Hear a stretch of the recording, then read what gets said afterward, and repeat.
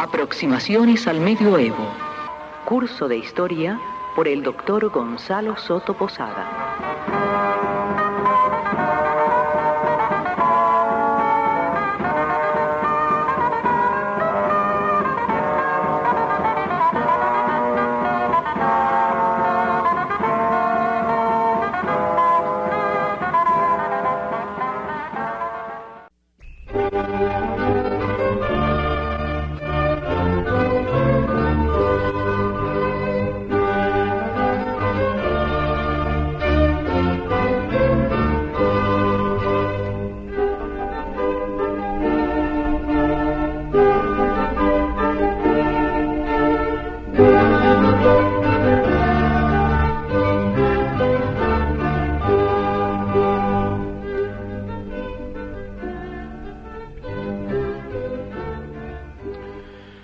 En nuestra charla anterior hemos hablado de uno de los pilares fundamentales del feudalismo como cuadro económico, político y social del medioevo. Eran las relaciones de servidumbre. El otro pilar fundamental del feudalismo, o vértebra fundamental del feudalismo, al lado de las relaciones de servidumbre, son las relaciones de vasallaje. Este será el tema de nuestra charla de hoy.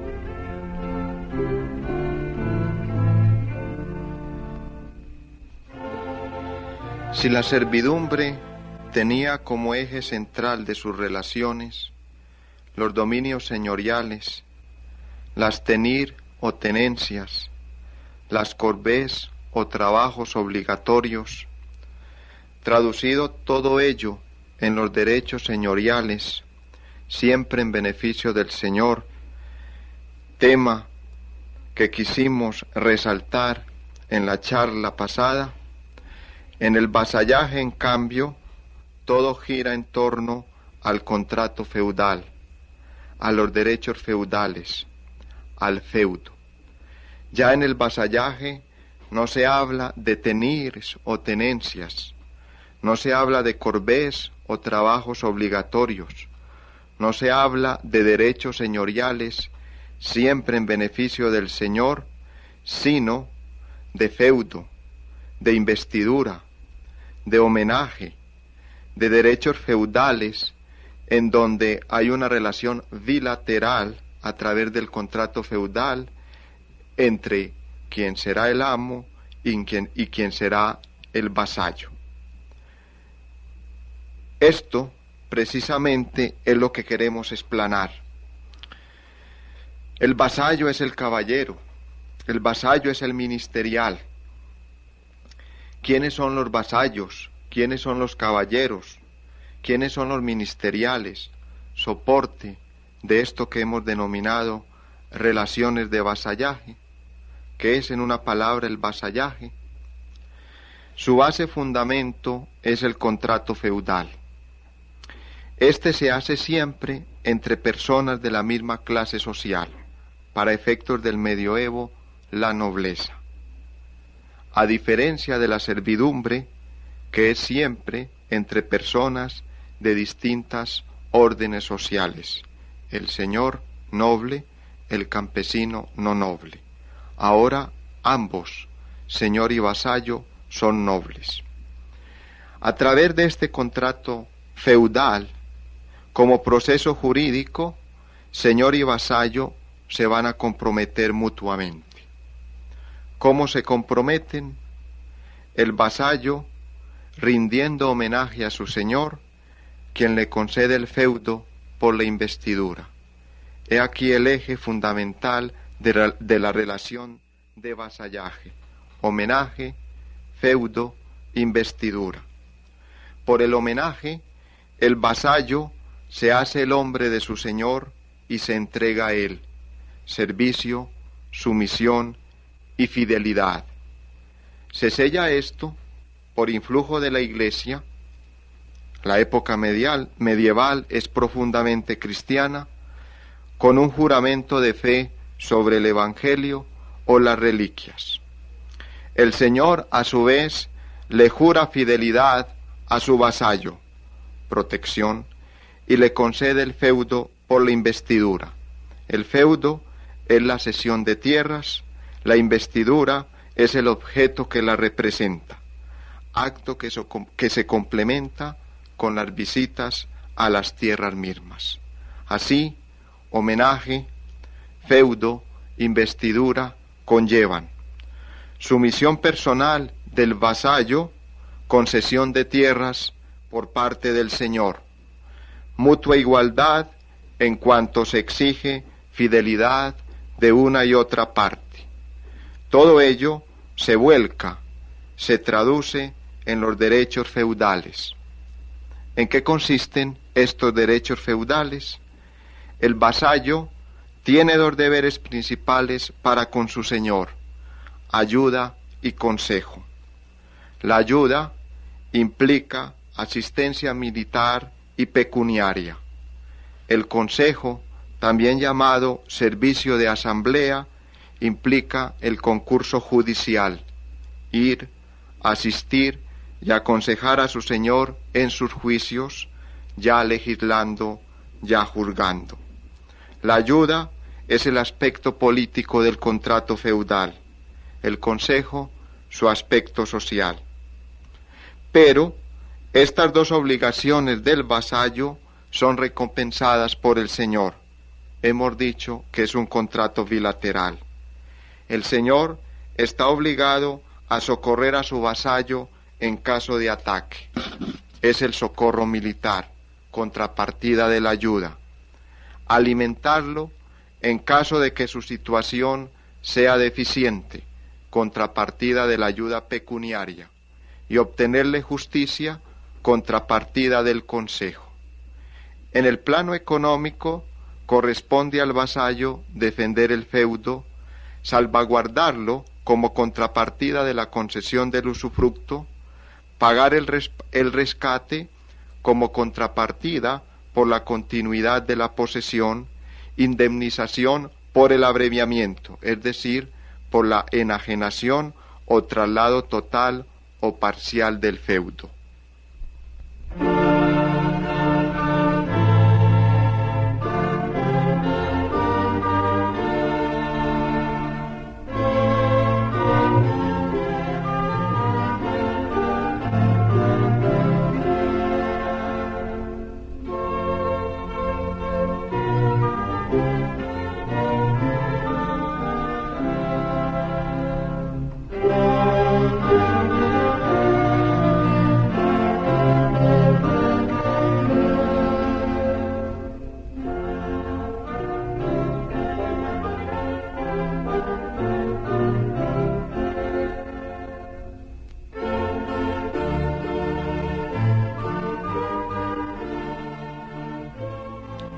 Ahora bien, para el homenaje, el feudo y la investidura, es decir, para ser admitido en el vasallaje, hay que mostrarse antes que nada capaz de llevar las armas.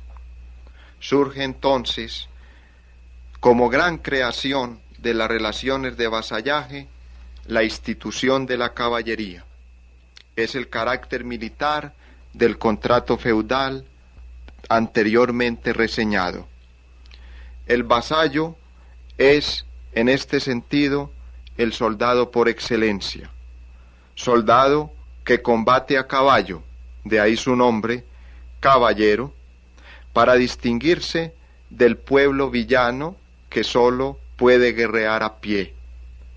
Ples inermis, inerme vulgus, ples in bellis, son las expresiones medievales para referirse precisamente al pueblo villano. Con ellas se quiere indicar que no pueden combatir a caballo. En esta distinción, lo que está operando es precisamente la estructura jerárquica y piramidal de la sociedad feudal. Una cosa es el caballero, otra cosa es el villano. Una cosa es el guerrero a caballo, otra cosa es el guerrero que solo puede guerrear a pie. Tal es esta asimilación caballero-soldado que las palabras latinas vassalus, vasallo, y miles, soldado, son empleadas indiferentemente, por ejemplo, en el siglo XI. Es lo que ocurre en la canción de Rolando. Cuando Rolando en Roncesvalles, en un momento de abandono, quiere hacer sonar el olifanto, Oliveiro, su compañero, lo detiene con una palabra. No sería vasallaje, es decir, no sería propio de un caballero, de un soldado.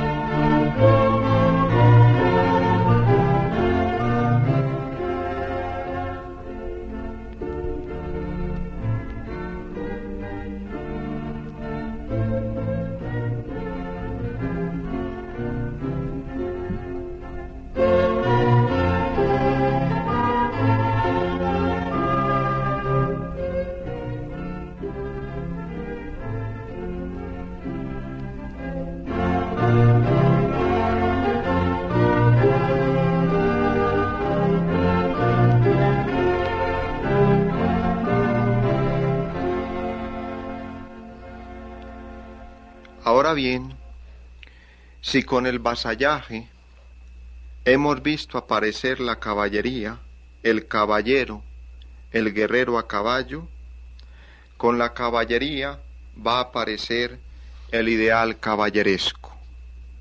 Es la gran creación del vasallaje. El ideal caballeresco expresa en el medioevo los ideales de la nobleza y de las cortes medievales. ¿Qué es entonces ese ideal caballeresco? ¿Qué es entonces esa forma cultural creada por la caballería? En una sociedad como la medieval, permeada de cristianismo por todos sus poros, para fundamentar este ideal caballeresco, se acude a las creencias religiosas. Esta creencia religiosa va a repercutir en el sentimiento caballeresco. Así, por ejemplo, el arcángel San Miguel, famoso por sus hechos de armas, es, para los caballeros medievales, su antepasado. Y la caballería no es otra cosa que la sucesión terrenal del ejército angélico en torno al trono del Señor. Por algo, para un caballero, San Jorge es su santo tutelar. Como San Jorge, el caballero debe arrostrar la furia del dragón, libertar la inocencia, hollar la vencida tiranía, humillar el orgullo, vengar la virtud ultrajada. En esto vemos cómo la caballería está permeada de cristianismo. Pero, y quizás es lo más importante, en el ideal caballeresco, y por lo menos si nos acudimos a las crónicas de la época, por ejemplo, Froissart, Chastelain, en el ideal caballeresco podemos contemplar un doble aspecto. Teóricamente es un llamado a la virtud, a la gloria por las armas, al cultivo de lo bello y lo bueno, el honor, la lealtad, la cortesía, la piedad, la gentileza, la valentía, el ascetismo, la decencia, la sencillez, la defensa de las viudas y desprotegidos, la justicia, la continencia, la compasión, el amor. Es, con ojos feudocristianos, el antiguo ideal griego de la kaloskagatía. Como sabemos, para un griego, y desde su concepto educativo, lo que ellos denominaban paideia, el ideal educativo era la kaloskagatía, el cultivo de lo bello, kalos, el cultivo de lo bueno, agatos. Este cultivo de lo bello y cultivo de lo bueno sigue siendo para el medioevo un ideal, pero ya no a la manera griega, sino a la manera caballeresca. La courtoise, cortesía, y la prud'homie, honestidad. Es todo lo que antes hemos reseñado: gloria, fama, honor, valor, ascetismo, amor, sencillez, probidad, rectitud, lealtad, empeño de la palabra, lealtad a la palabra empeñada, etc. Pero, tras este ideal teórico, viene algo muy concreto. Es que el ideal teórico no es ajeno a una práctica. Y en la práctica, tras el ideal teórico, en realidad, como lo anotan las mismas crónicas de Froissart y Chastelain, lo que ocurre son traiciones, envidias, crueldades, violencias, codicias. Como anota Huizinga en su bellísimo estudio El otoño de la Edad Media, tras el ideal teórico de la courtoise y tras el ideal teórico de la prud'homie, lo que se esconde en última instancia es una profesión de las armas muy rentable que ofrece en última instancia muchas ganancias.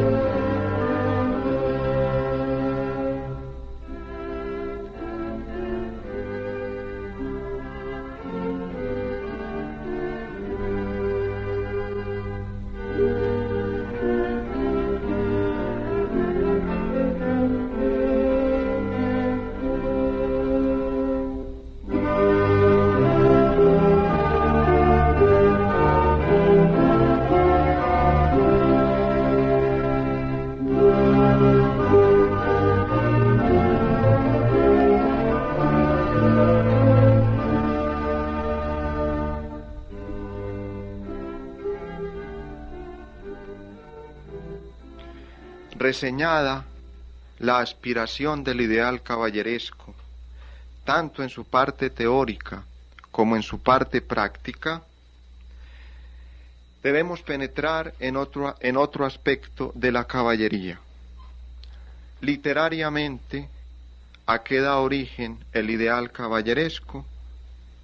Aparecen entonces los cantares de gesta, el Mio Cid, la canción de Rolando, la lírica de los trovadores, esa caballería poética donde damas, caballeros, armas, amores, cortesía son líricamente poetizados, y los libros de caballería, tanto en los cantares de gesta, como en la lírica de los trovadores, como en los libros de caballería, el protagonista es el perfecto caballero, el héroe cuyas acciones líricamente expresadas, poéticamente expresadas, caballerosamente expresadas, los hacen inmortales.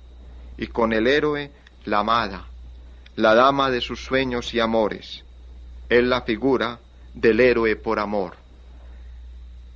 Tras este ideal poéticamente expresado, el héroe por amor, y de nuevo acudiendo a Huizinga, aparece una cosa importantísima, es el erotismo del ideal caballeresco.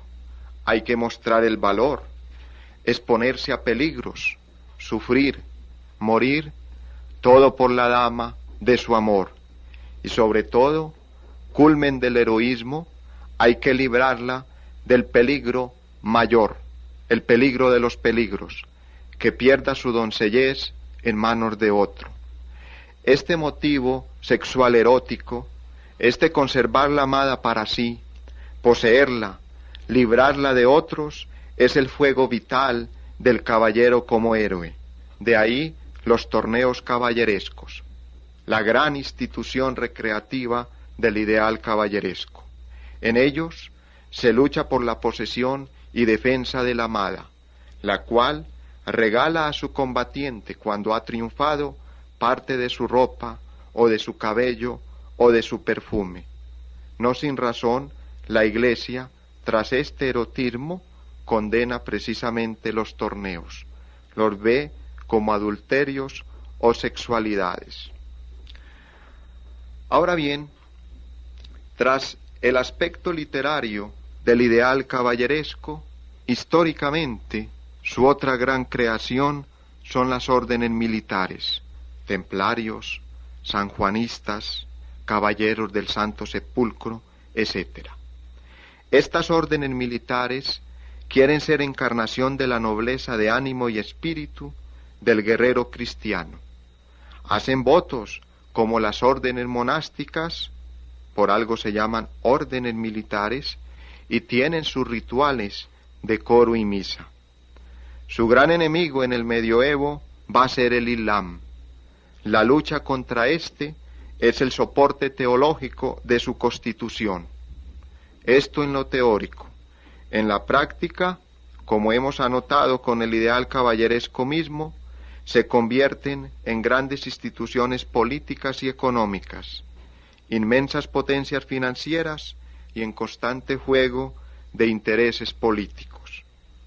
Pero, tras esto, lo que está brillando es esa gran gesta histórica de las órdenes militares, esa gran gesta histórica de la caballería, las cruzadas, la liberación de Jerusalén como gesto heroico y piadoso, dejando de lado sus incidencias económicas, políticas, sociales, responde adecuadamente al objetivo caballeresco. En ella, la liberación de Jerusalén, heroísmo y cristianismo se unen para que el perfecto caballero se inmortalice en sus acciones y luche contra islámicos y turcos, y el cristianismo, como el ideal de vida, predomine en Europa.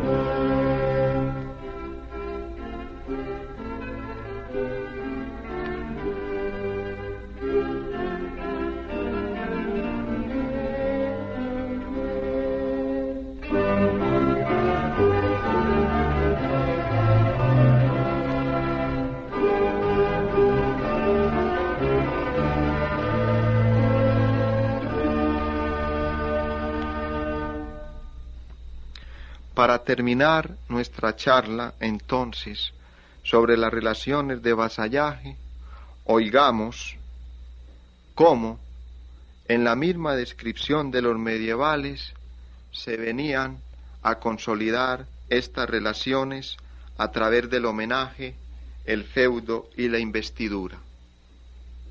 Es tomado de una crónica del medioevo. El vasallo pide al señor feudal que le permita prestar homenaje y fe, y con la cabeza descubierta, depuesto el bastón y la espada, se postra ante él, coloca sus manos en las del Señor y dice: desde este día soy vuestro hombre y os consagraré mi fe por las tierras que de vos tengo. Enseguida presta el juramento de fidelidad y extendiendo la mano en un libro sagrado, añade: Señor, os seré fiel y leal, os guardaré mi fe por la tierra que os pido, os tributaré lealmente las costumbres, tributos y los servicios que os debo, si Dios y los santos me ayudan. Entonces besa el libro, pero sin arrodillarse ni ejecutar ningún acto de humildad. Es un contrato bilateral. Y el Señor le da la investidura, entregándole una rama de árbol, un puñado de tierra u otro símbolo, mediante el cual se significa la tierra concedida, feudo, y el vasallo se considera convertido en hombre del Señor. Esto en el lenguaje propio de la época. Y en una poesía en francés del célebre trovador Eustaquio de Cham aparece en verso los deberes del caballero. Se hace la traducción y en ese sentido la ausencia de rima se viene perfectamente notada. Ustedes que quieren la orden de la caballería, os conviene llevar nueva vida, devotamente en oración permanecer, combatir el orgullo y la villanía, defender la iglesia, la viuda y el huérfano, ser ardiente y guardar al pueblo desprotegido, prudente, leal, sin tomar nada de otros. Así debe ser el buen caballero, humilde de corazón, siempre trabajando, siempre dedicado a los hechos de caballería, leal, grande viajero, haciendo torneos y justas por su amada, siempre tendiendo al honor, de ninguna manera desalentarse, de ninguna manera dejar que sus obras caigan en la insignificancia, en todo manifestar el valor. Así debe el caballero gobernarse. Él debe amar su Señor y encima de todo debe mirar a quien ejerce la señoría sobre él, tener largueza, ser justiciero, prudente con los compañeros. De ellos debe oír y de ellos debe aprender, de todos comprender, en todos sus actos manifestarse acabado, y como antiguamente el rey Alejandro, comportarse según este modelo. Así debe el buen caballero gobernarse.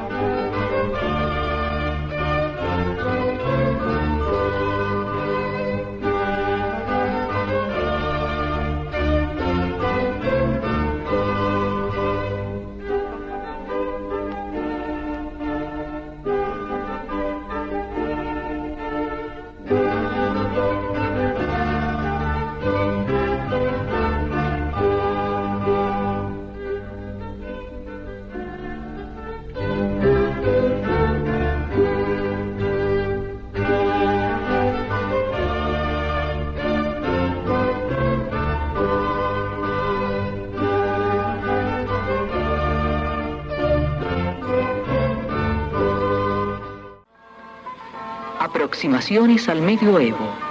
Curso de Historia por el Dr. Gonzalo Soto Posada.